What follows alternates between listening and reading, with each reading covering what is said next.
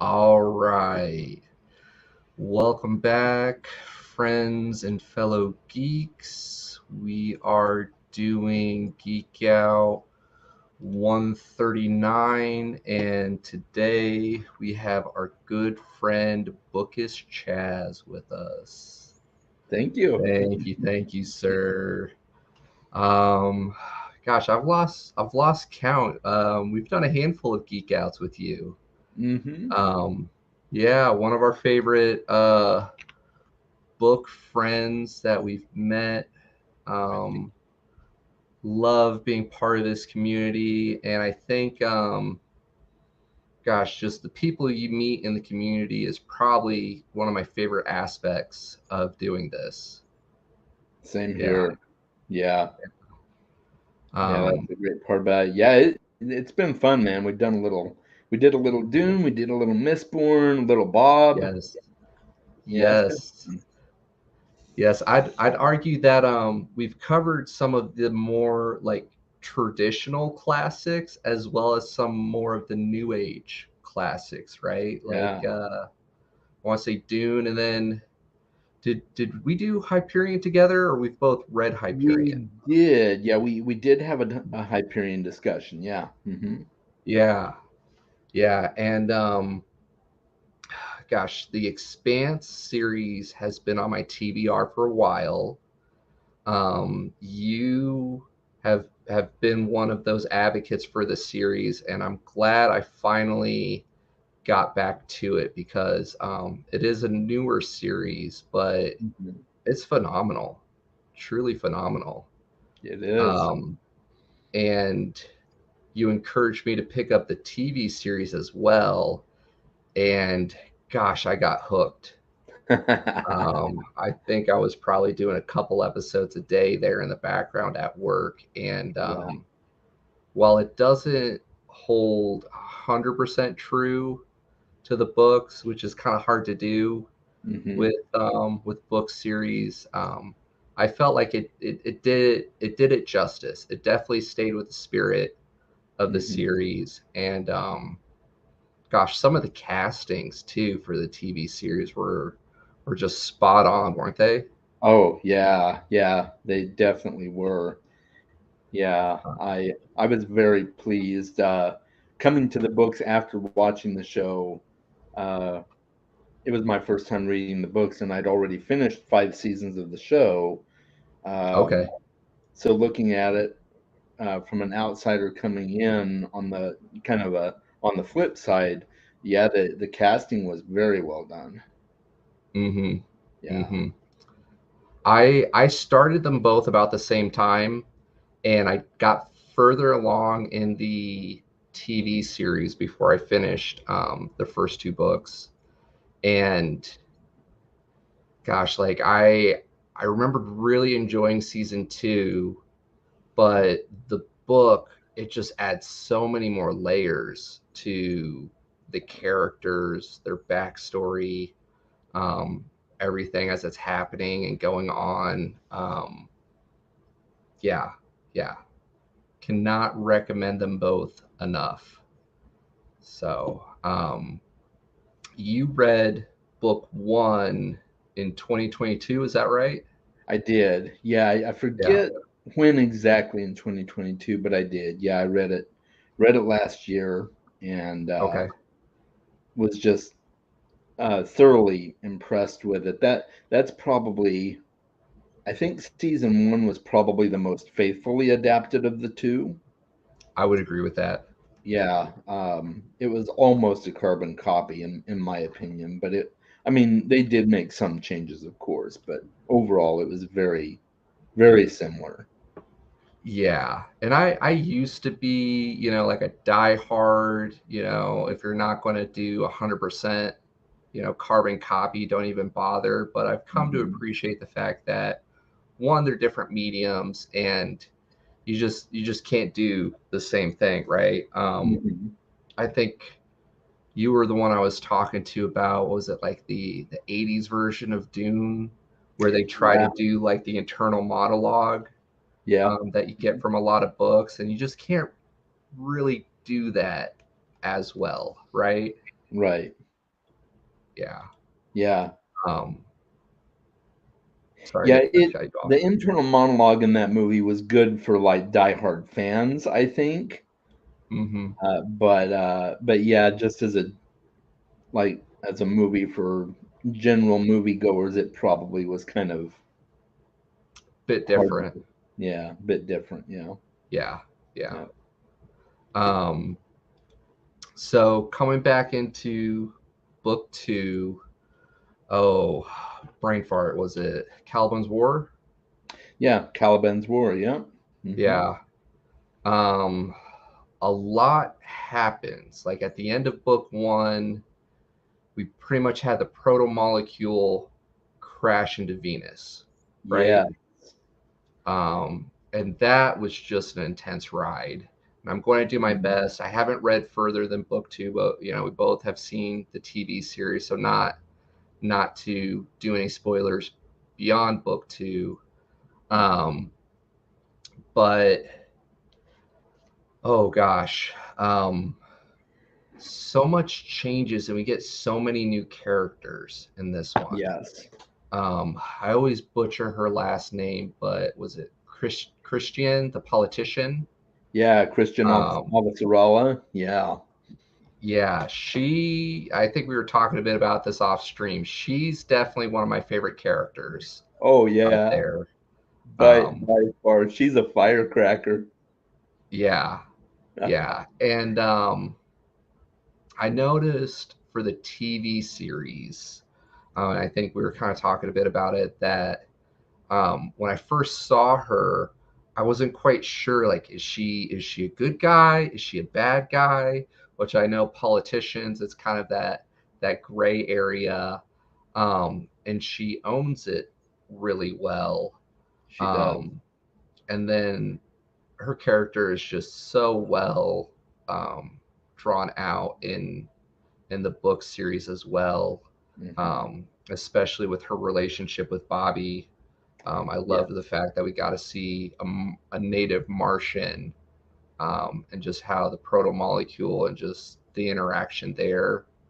Um, and gosh, just to get to see all three factions, and then our main crew pretty much being the survivors from book one. They were just, or were they like ice haulers or whatnot? Their job was to Yeah. go out, collect ice, bring it back. Hmm. Um, one of those major resources that the belt really needs.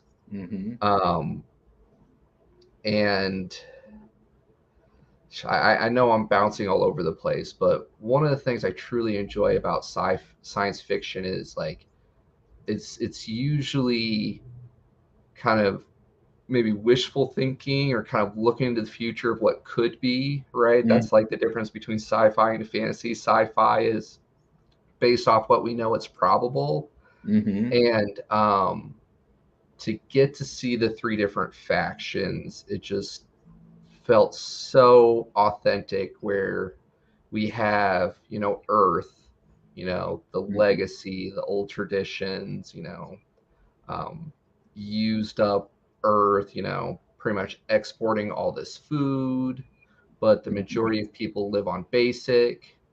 And then you have the culture of the Martians, where, the frontier, we're going to make Mars Earth 2.0. So they kind of have that shared passion and ambition to, um, make this place a better for their children, right? And so that's a big Right. part of the culture.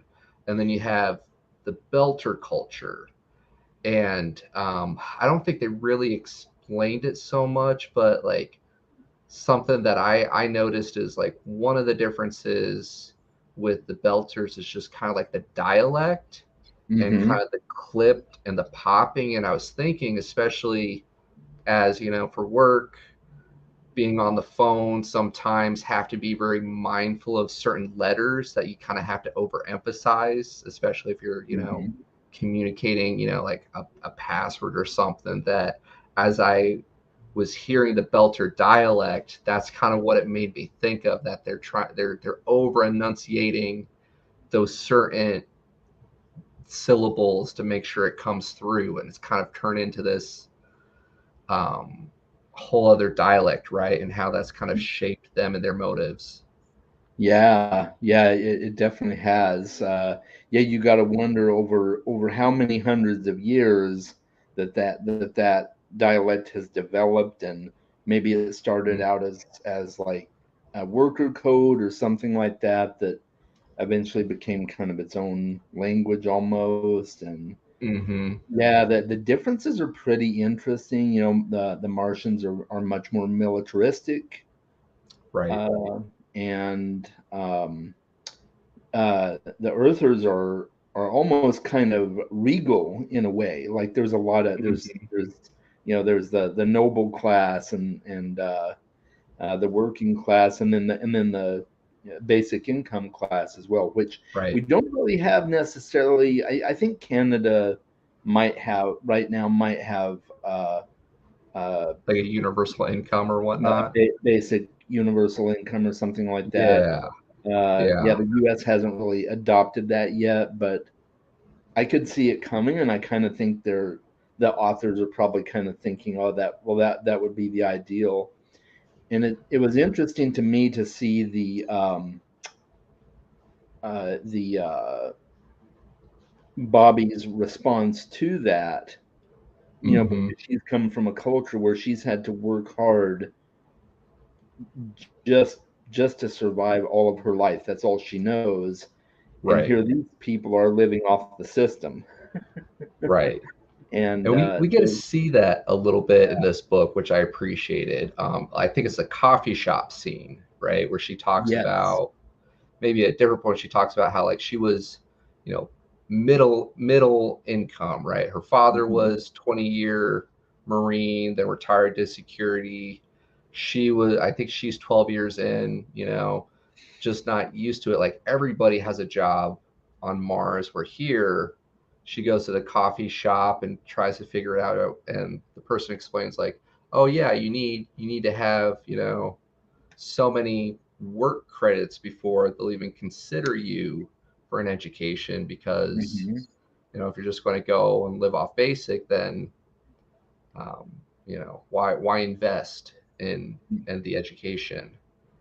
um, Exactly. And I kind of get the impression that they don't I'm sure there are some elements of an us and them mentality, but it mhm, seems like in this particular future that they're envisioning, people aren't necessarily looked down on for going on basic. mhm, You know, there's a certain allotment set aside to provide for people's needs right. who have either demonstrated that they can't contribute necessarily to what the society needs working wise, or they've just chosen not to contribute, which is interesting. Hmm. Yeah. um, so we definitely got to see a bit more of the culture here between the three factions. They used to be one big happy family, early book one, and then Hmm. now we get the political landscape and the perspective from Christian and Bobby. And I really just enjoyed kind of getting to see that aspect as compared to, on the ship, how we have to deal with reality, right?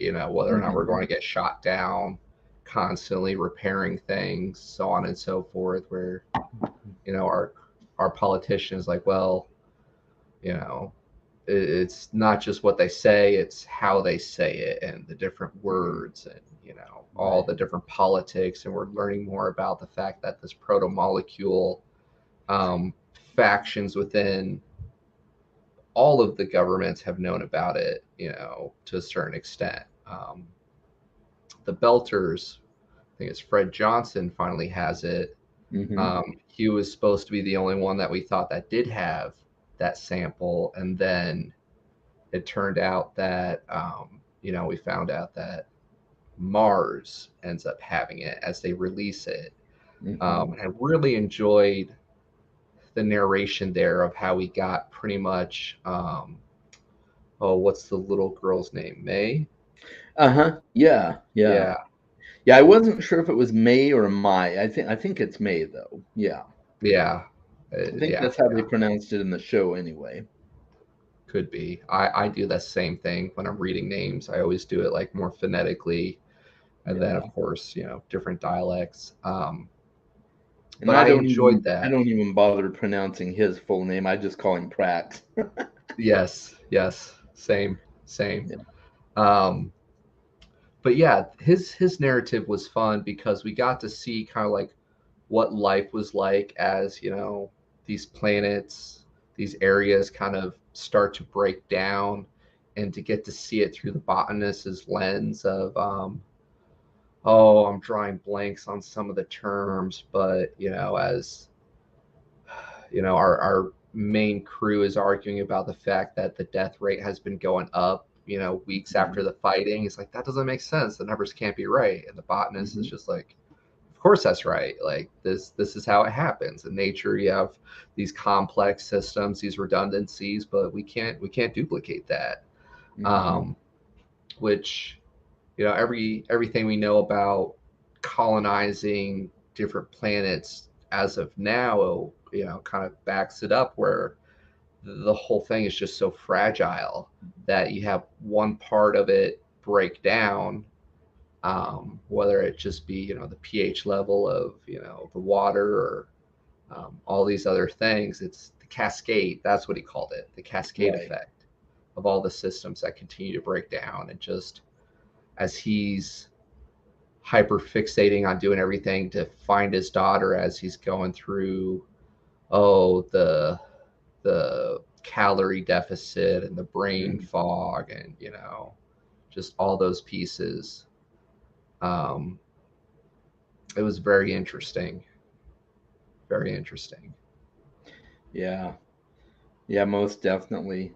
I think there were some things that I really appreciated is about this series just in general is it's not your typical sci-fi because it's very character focused.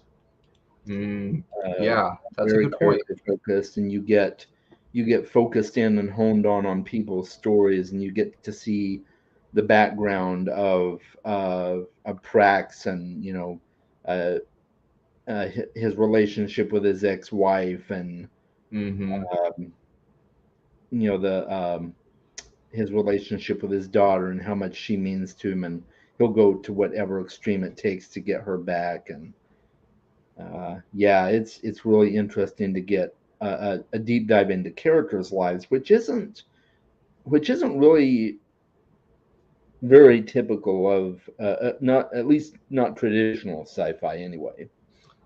Yeah, you're right. I agree with that completely, and I didn't even truly appreciate that until you said it. I haven't been playing as much in the sci-fi space lately, but looking back to some of the other series that we've covered, like even one of our earlier ones,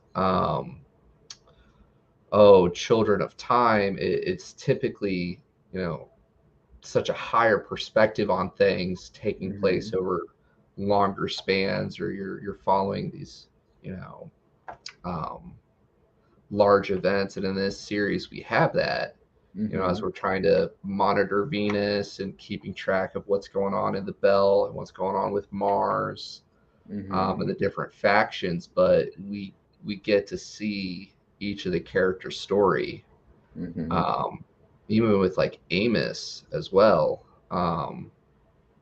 And then, what's our pilot's name? Alex.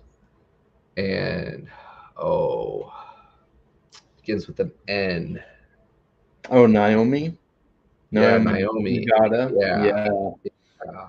yeah, she's great. Um, she really is. She really is.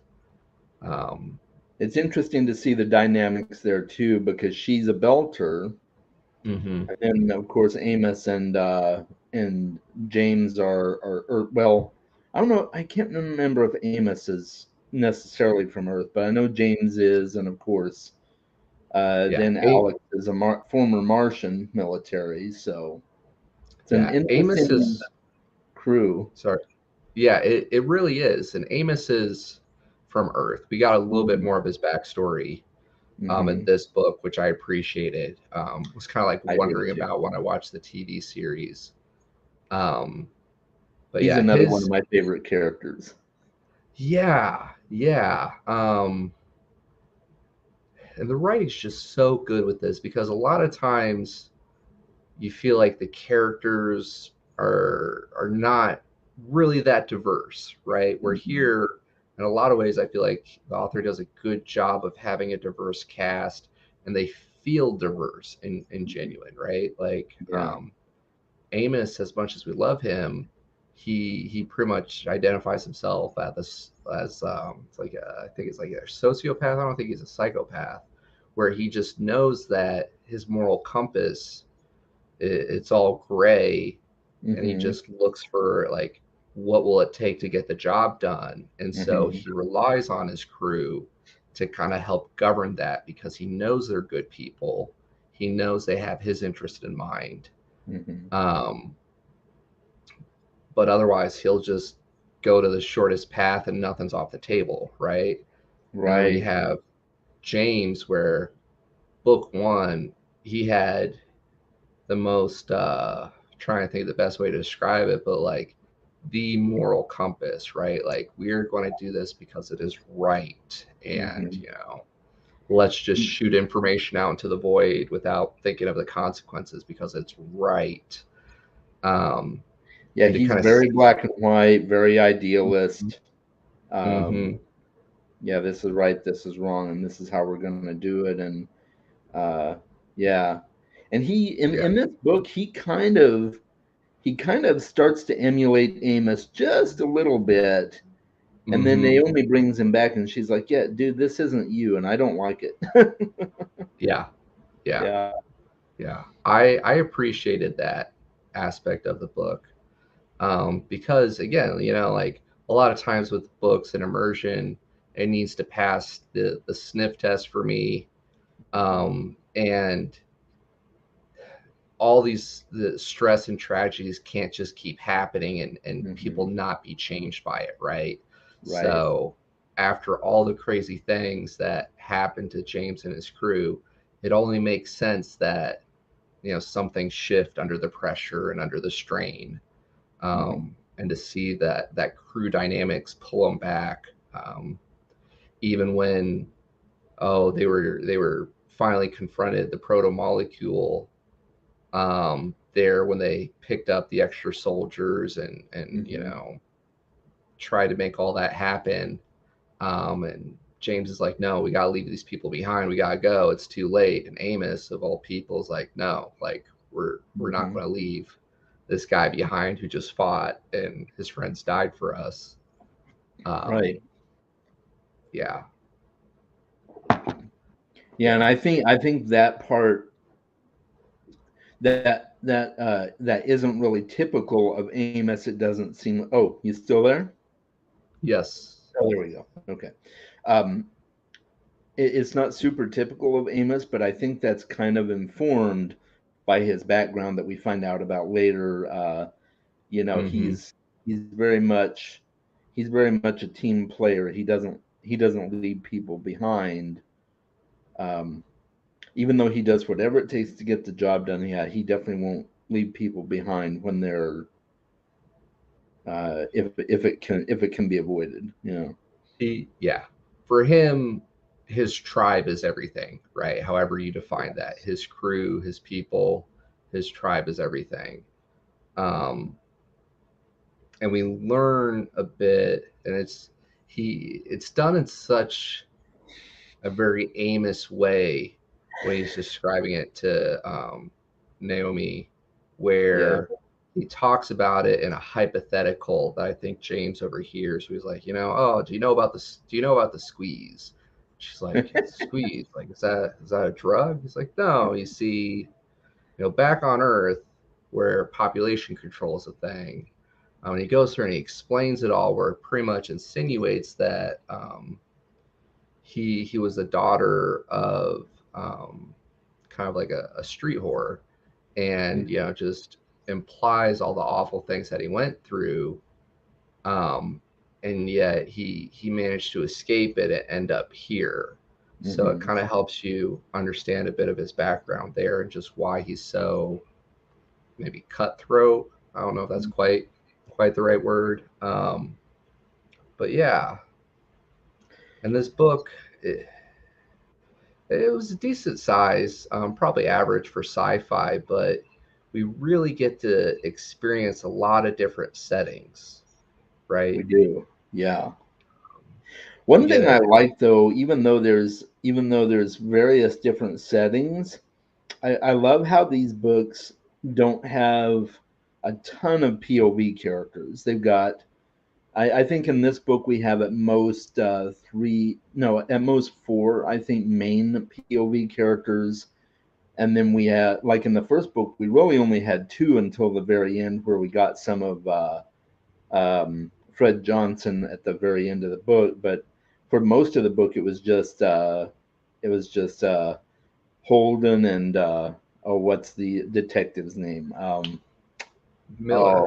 Miller. Yeah, it was just Yeah. Miller and Holden back and forth, and in this book we get Holden, of course, and we get Bobby and Avasarala and stuff. So I like that they're not. There's plenty of characters to go around, but only Yeah. they only focus on a few, which I think is good. Makes it more That digestible. yeah, that's something I didn't quite catch as I was listening to it because it feels like you get a lot of diverse points of view. But you're Mhm. right. Now that I'm going through it, I think the only other one we really had was Prax, which, Yeah. you know, I know that when I've looked at like other reviews of different series that we've covered, a lot of people get frustrated with the multiple points of view, Hmm. um, where like with James and the rest of the crew, yeah, they would have different outlooks, but it'd still kind of all be the same. Whereas Hmm. by adding Prax, you really do get that outsider point of view Hmm. amongst everything. Where we have, oh, I think at this point in the series, it's been like approximately a year since the first book, Right. where the crew and everything have been basically playing as Fred's kind of policing force, hunting down pirates. Exactly. So they're much more militaristic and in tune with each other. And then we have Prax, where I really appreciated one of the scenes where they finally get to the confrontation with the people that took May, Hmm. and we go up from James's point of view until Prax cocks the gun, and then we take a little bit of a step back and then go through Prax's point of view, and it talks about how all his experience is from cinema.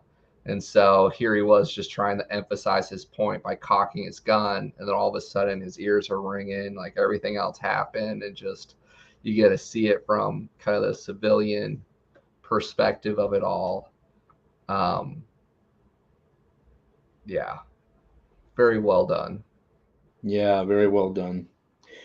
One thing I this is something I know they changed in the show, but we get quite a bit more information. Maybe not as much as Amos, but we get quite a bit more information on Holden as well. And Mm-hmm. you talk about the population control on Earth and stuff like that.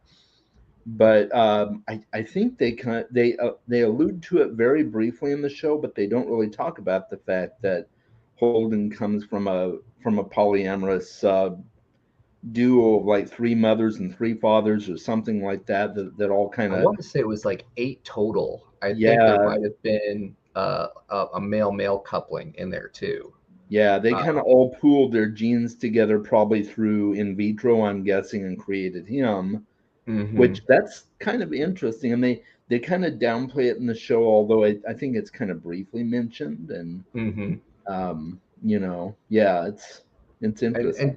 yeah, and just that alone, just that aspect really kind of helps, you get another angle on just where Earth is at that point. And I can't remember if Hmm. it's the show that's later on or here, but it's kind of then implied about like the child tax credit and how a Yeah. lot of people, um, kind of insinuate that it was his parents gaming the system, because by having 8 of them plus him, they were able to pool this money to get, land and a farm. So in a way, while we have this diverse cast, James Holden, while he's not like at Christian's level, the politician's level of elite, his Mm-hmm. family is not a basic income family. Like they're Right. they're upper middle class. And then Mm-hmm. we have Amos, which is basically like insinuated almost undocumented in the system. Mm-hmm. Um, so even from there, we kind of get two different sides of the coin on how they approach situations. Mm-hmm. Uh, so yeah. Yeah, it was kind of funny. I think in book one, I think it's in book one where we learn about how Holden got to where he was. Because you're right, he's came from a very middle to upper class family. Hmm. He was, inducted into the military and everything like that, and then he was basically demoted for insubordination. I think it was Right, right. demoted to the ice hauler. Yeah, yeah, or discharge or whatever. Yeah, yeah. Yeah, yeah. And then just also the evolution of kind of the ship politics, because in book one, they were really just running from one disaster to the other. Hmm. And, and this one, they kind of, I think when talking about his family, I don't know if it was Amos that was joking or whatnot, where they're basically like, yeah, let's get married. And they're like, wait, what? It's like, no, like, let's get ourselves incorporated with our legal salvage of this um, Mars ship, and everybody gets a part, because they're like, well, I I shouldn't be captain. Big decisions, we should put it to a vote. And then sure enough, I think when it came to their first vote, he got outvoted on something, Yeah, on how to handle it. So yeah. yeah, and I think it was Amos that teased him. Well, you said you wanted you wanted democracy. Right, You, right. you Yeah. said you wanted to have a vote, Yep. and he Yep. wasn't too Careful what happy you with wish the for. result. It's all fun and games until you get outvoted, and then you're like, oh, wait a minute, what did I do here? Yes. Yes. Um, yes. I'm I'm excited. It Like I said, I've gotten a little bit further in the TV series, but in comparing and contrasting, book two versus season two, just how much more you get out of the book, I'm Hmm. really looking forward to getting into book three and seeing how things continue to progress, I am too. and the Yeah. details that we miss out on. Something that they didn't. I'm trying to remember if it happened in season two or not, but just the fact that Christian and Bobby, when they finally do team up with the crew and everybody's on the ship there, Hmm. and just how that all played out with confronting the proto molecule, and um, the three-way standoff that ends up turning into a two-way standoff between Hmm. Mars and UN. It's very much who are we rooting for here, right? Right. Yeah. Um, so it's Yeah. interesting to say the least.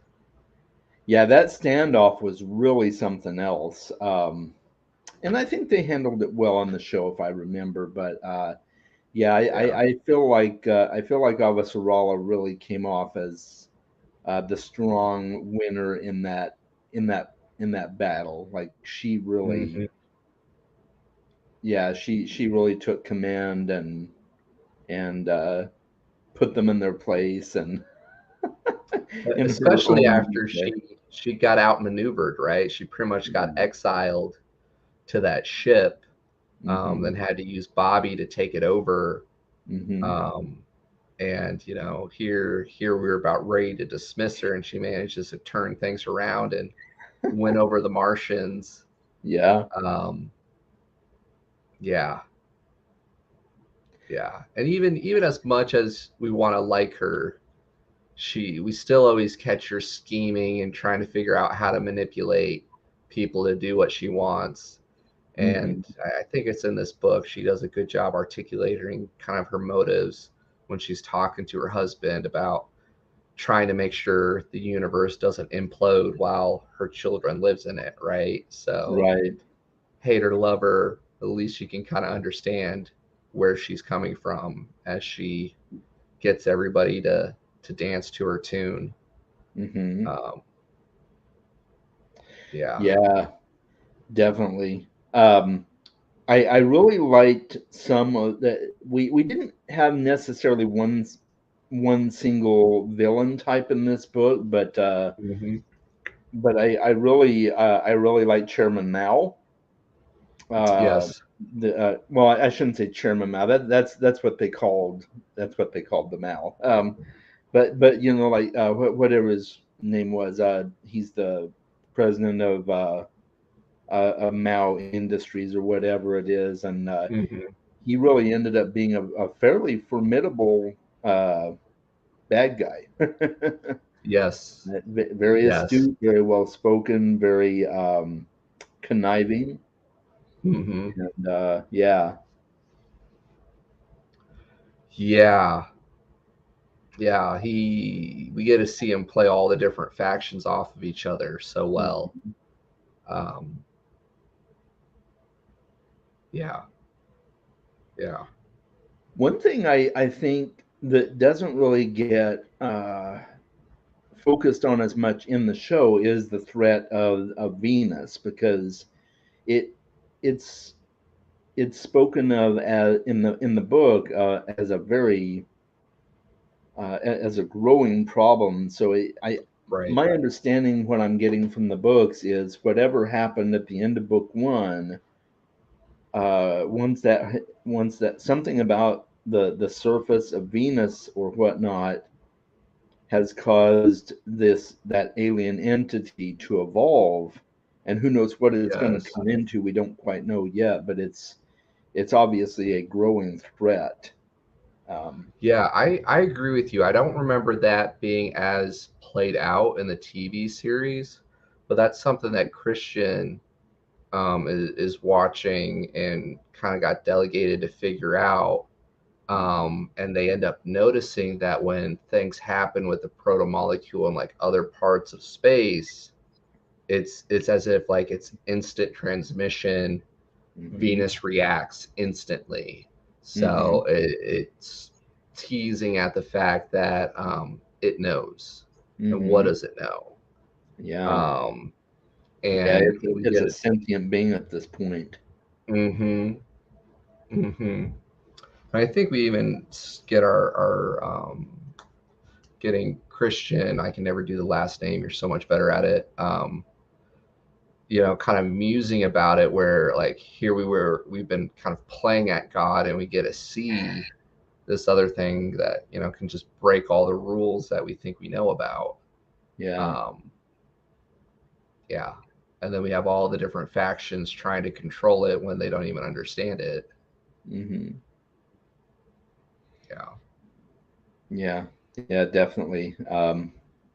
Yeah. I think in future books, my prediction is it's going to become a player all on its own. I think it's going to be um, a big major threat that's going to overshadow all the political maneuverings that Mars and Earth and the Belters are doing. Yeah. Yeah. And it's interesting because in a lot of other series, like that tends to be a unifying factor for a lot of Hmm people, where it's like, oh, let's put down our differences. And Christian and Bobby even kind of have that conversation where it's like, when ice is about to crash down and kill you, why are you attacking your other guy? hmm And then Bobby, the military mind, is like, well, I want to make sure that I'm the last man standing and I don't have to worry about them taking me out afterwards. And hmm Christian, the politician, is like, I just don't understand. Like, you think you'd be teaming up, Hmm. And in a lot of series, like that's the factor. But it seems like the whole universe is going in the opposite direction.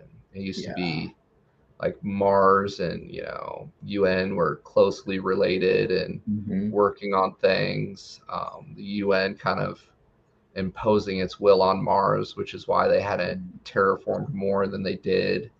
And then the Belters just kind of feeling squeezed and taxed, and that's why they were always looking for their own forms of air and water Hmm. and basic building blocks of life. Um, and now with this new element, everybody's trying to reestablish the pecking order of things. Right. Um, so yeah. Yeah. Especially when it's so volatile. I mean, with the exception of a few human test subjects that have successfully survived the binding process with the protomolecule. Hmm. I mean, most people die and turn into the zombies or whatever from it, from Right. exposure to it. But Right. there's those few, and the few that do survive um, are just a wholly other type of being. I mean, they almost can't be killed with a few exceptions, right? They can't be destroyed, and uh, Hmm. they can survive open space, which is wild. Hmm. So yeah, yeah, it kind of makes you wonder, like in real life, if some alien entity bonded with humans, what that would create and what it would look like. Yeah. And I think like even book one, they kind of pose the question of like, are Belters even still human after they've been out there in space and had Yeah. children in space, and how the bodies develop differently, not being under 1G.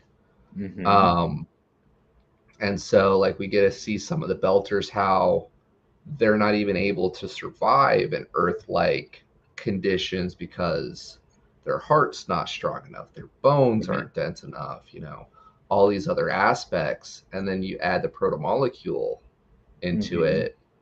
Um, yeah. Yeah. It's yeah, it's pretty. A lot of the philosophy around it is really good, and I think they've dealt with it quite well in the books. I agree. Yeah. I agree. Because a lot of times, people just want to be overly optimistic and, just think sunshine and rainbows. But this book, I think, does a really good job at owning the humanity of it. And as much as we try to find similarities, especially in times of stress and trouble, people are so easy to focus on the differences, right? The us versus Hmm. them mentality, whether it be Mars, Belters, or different factions within the own government working against each other. Right. Um, yeah. Yeah.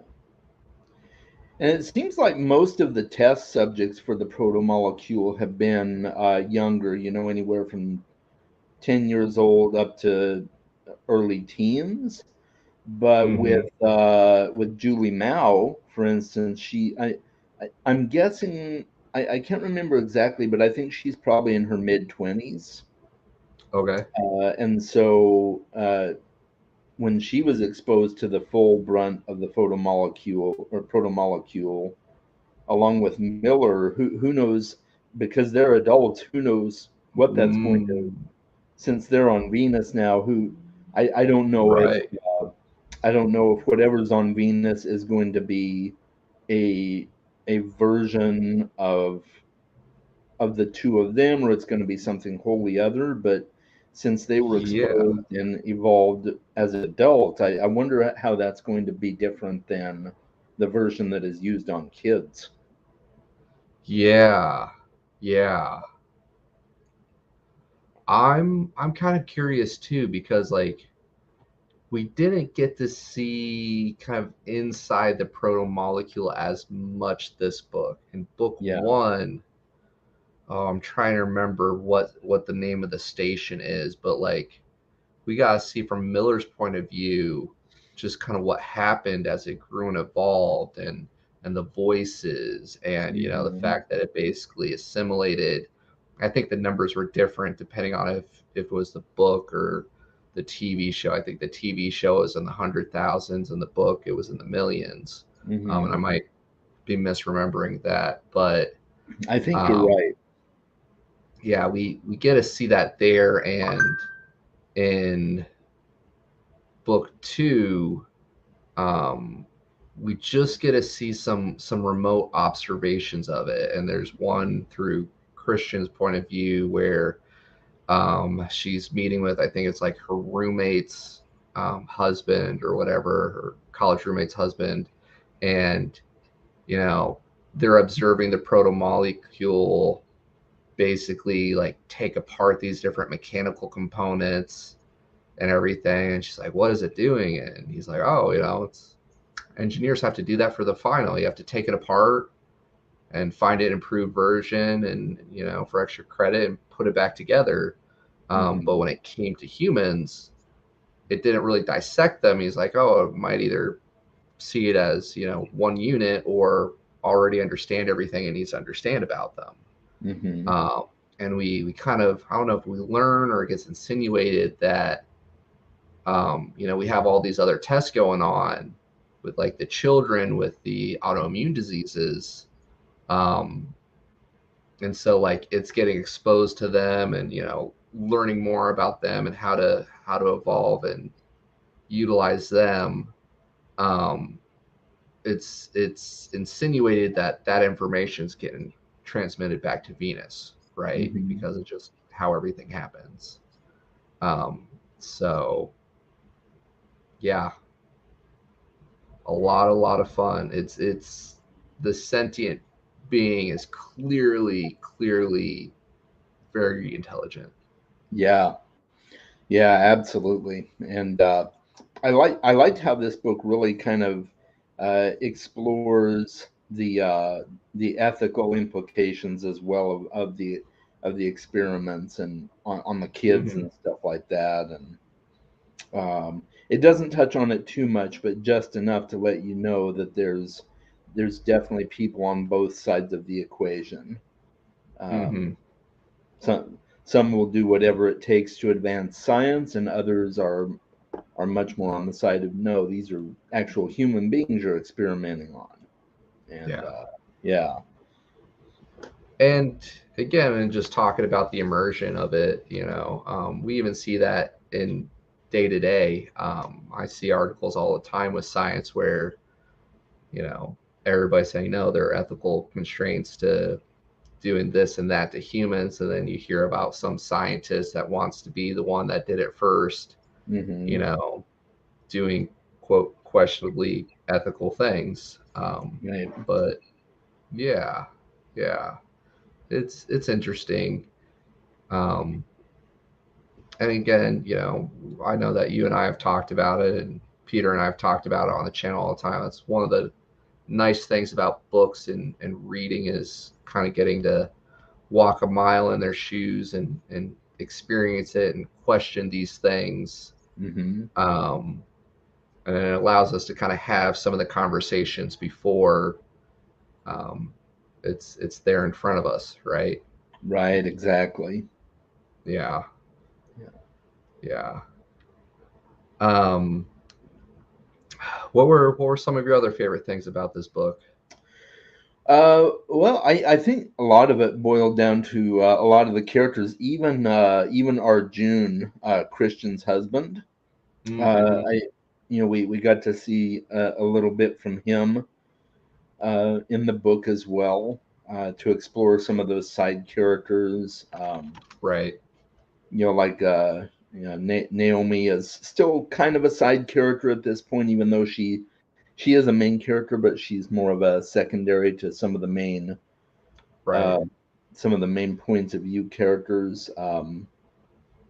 Uh, some really funny moments with Amos, uh, laugh out loud moments with him, and laugh out loud moments with Avasarala too. I thought both of those characters brought some elements of humor into it that I I think were agree. well placed.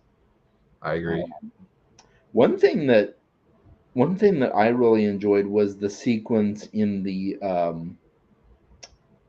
oh Mao's shuttle that Christian was supposedly assigned to embark on a diplomatic mission to was it Ganymede? I think Yeah, he was assigned yeah, to go to Ganymede, and then she ends up basically being a prisoner on the ship that she was assigned to.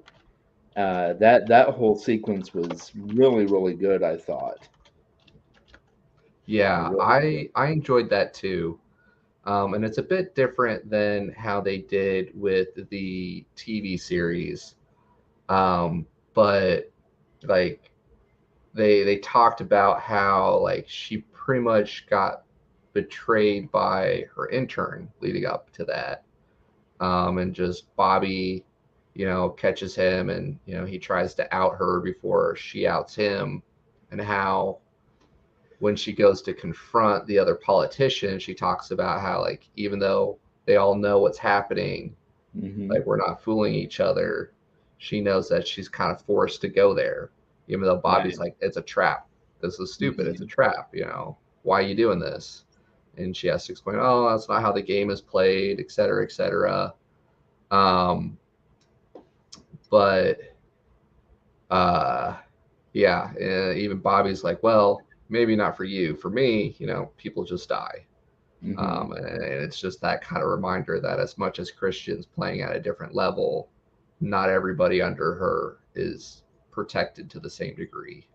Hmm. So, um, yeah. I think Bobby is very lucky to have found Avasarala because Avasarala is very intuitive.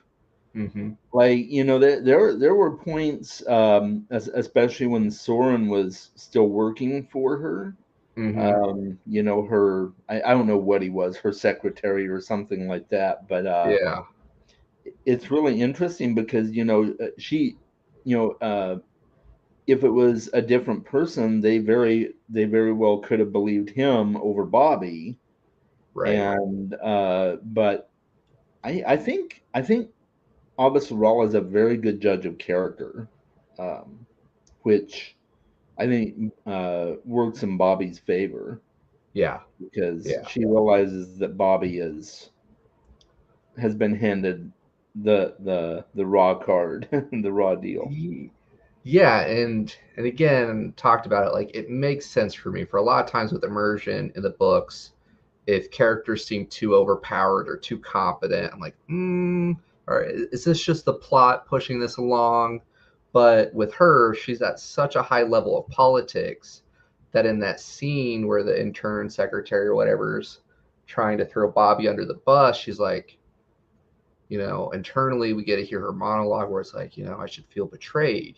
Why am I not, this, that, and the other? And then the narrator does a good job kind of getting us to the point where she's picking up on these other cues, right? Hmm. Um, she knows her intern's tells where like he bites the inside of his cheek and he leans over, and she Right. starts then questioning along those lines of like, this probably won't hold up to strict scrutiny. That's why, he's pushing, do you want her arrested? Do you want her, bagged and tagged and, you know, in an intelligence debrief or whatever. Yeah. So yeah, it was very well done. And like you said, just the events that led to her being where she was with our main cast, um, confronting both the UN and the Martian military.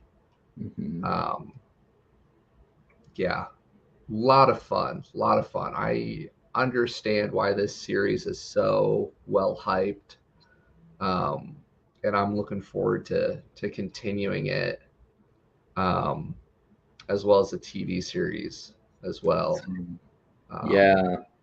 I still Do have you know not watched season 6 yet, but I plan okay. to soon. Yeah, Yeah. Is season 6 the last one, or are they still going? it is. Yeah, and I recently Okay. watched a breakdown.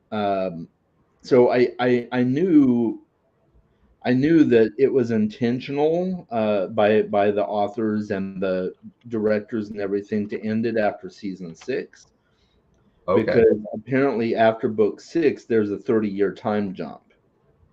Oh, I did not realize So that. that's why we only got 6 seasons, and then they kind of implied that they might come back and do 3 more seasons at some point in the future, but I haven't heard any rumblings about that. But I feel like it was kind of implied.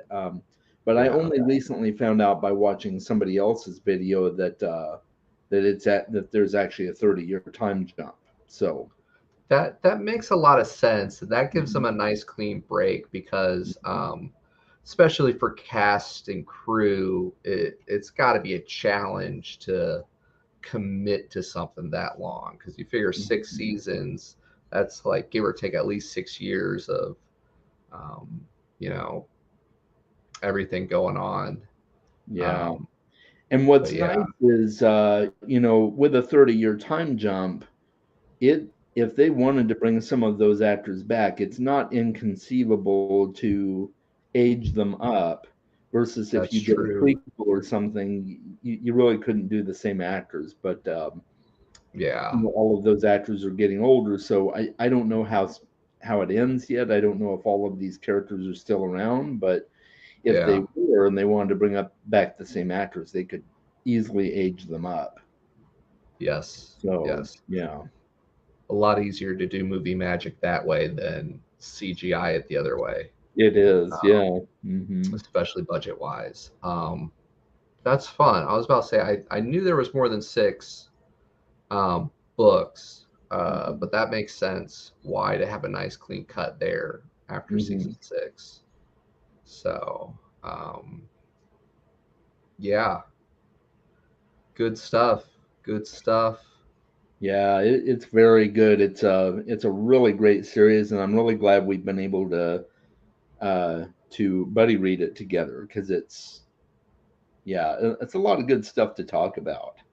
Absolutely. And we talked a bit about it before the stream. We're going to figure out what schedule makes the most sense. As always, Chaz and I are active on Discord. So if you guys want to join in or want us to continue the series sooner than later, Chaz and I have a couple different series that we're reading along with right now.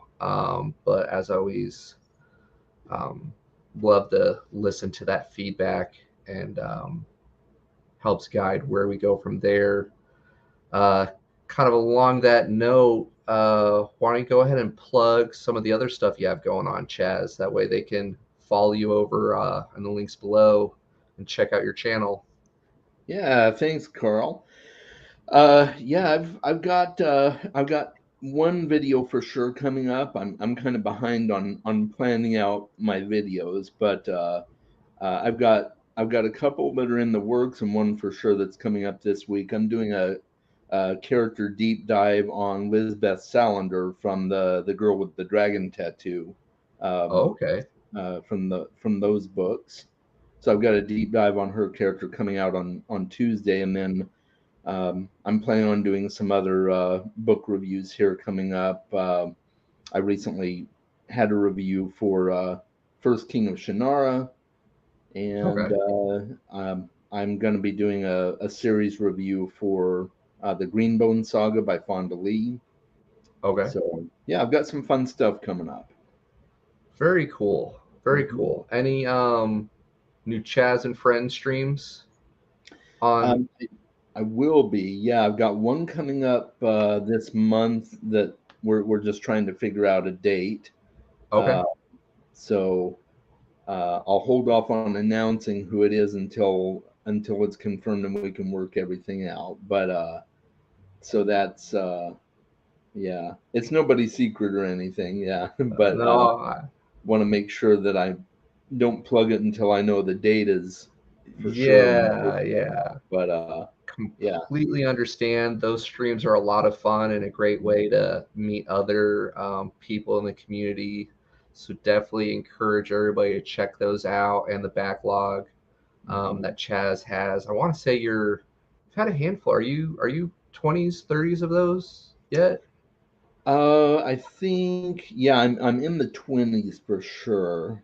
I think my Yeah. last one was episode 25. Yeah, Okay.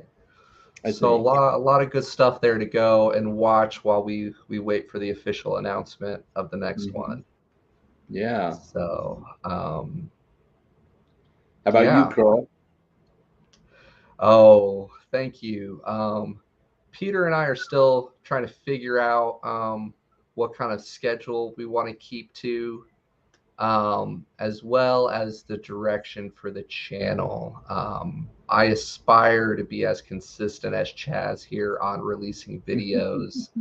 And while the nature of the geek outs are pretty much just to enjoy coming together and geeking out and talking with friends about the different aspects of the books. I know Peter's kind of been brainstorming on ways to kind of take that up a little bit because with our scattered minds, we tend to go down different rabbit holes here and there. Mhm. But yeah, yeah, definitely appreciate the support and everybody who tunes in to hear us ramble and our good friends like Chaz that make time to join us on stream and talk about these awesome books. Um, that it's hard to get other people we know in real life to stop and read and listen to them. So love that we found this online community of people to hang out with. Um, yeah, really appreciate it. So yeah, as soon as Chaz and I figure out when the next book in the series is going to be, watch social media for those, and we'll try to get it listed a little bit earlier. That way, you guys can see it on the channel. And make sure to check out Chaz's channel as well. We might bounce back and forth on some of these series. Hmm. Um, so yeah, did I forget anything, Chaz? No, I think that's it. You did good. Thank you. Thanks again for hanging out with us. And That's no problem. yeah, always. And for the rest of you guys, we hope to geek out with you here soon.